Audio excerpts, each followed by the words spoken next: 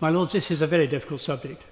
There are many good-hearted people who have been working on these issues for years. Sadly, the situation has got steadily worse. It's now time, I suggest, for an entirely new approach, changing the legal system as necessary.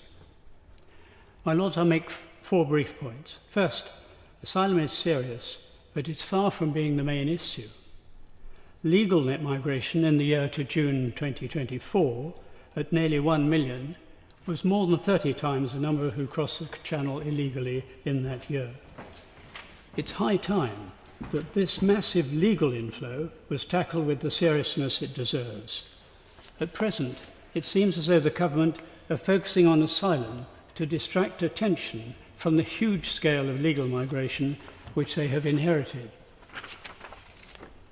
Second, as regards asylum, it is absurd that we should accept, effectively without penalty, applications from asylum seekers who have destroyed their documents. As a result, claimants have a clear incentive to move on to the UK from the safe countries that they have already reached. Third, those who arrive without documents should no longer be accommodated in hotels, free to come and go, and with some £40 a week to spend.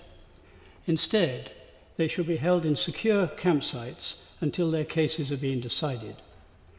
Any that left this temporary accommodation without permission should have their asylum claims automatically dismissed. The word would quickly spread.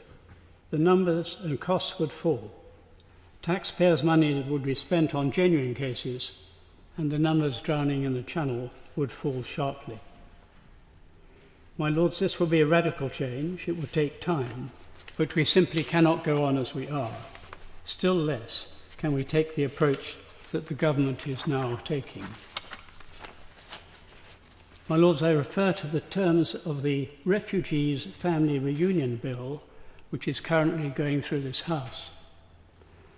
The current position, as noble Lords will know, allows entry to the UK only for parents, for partners, and children under 18. They average about 6,500 a year over the past 10 years.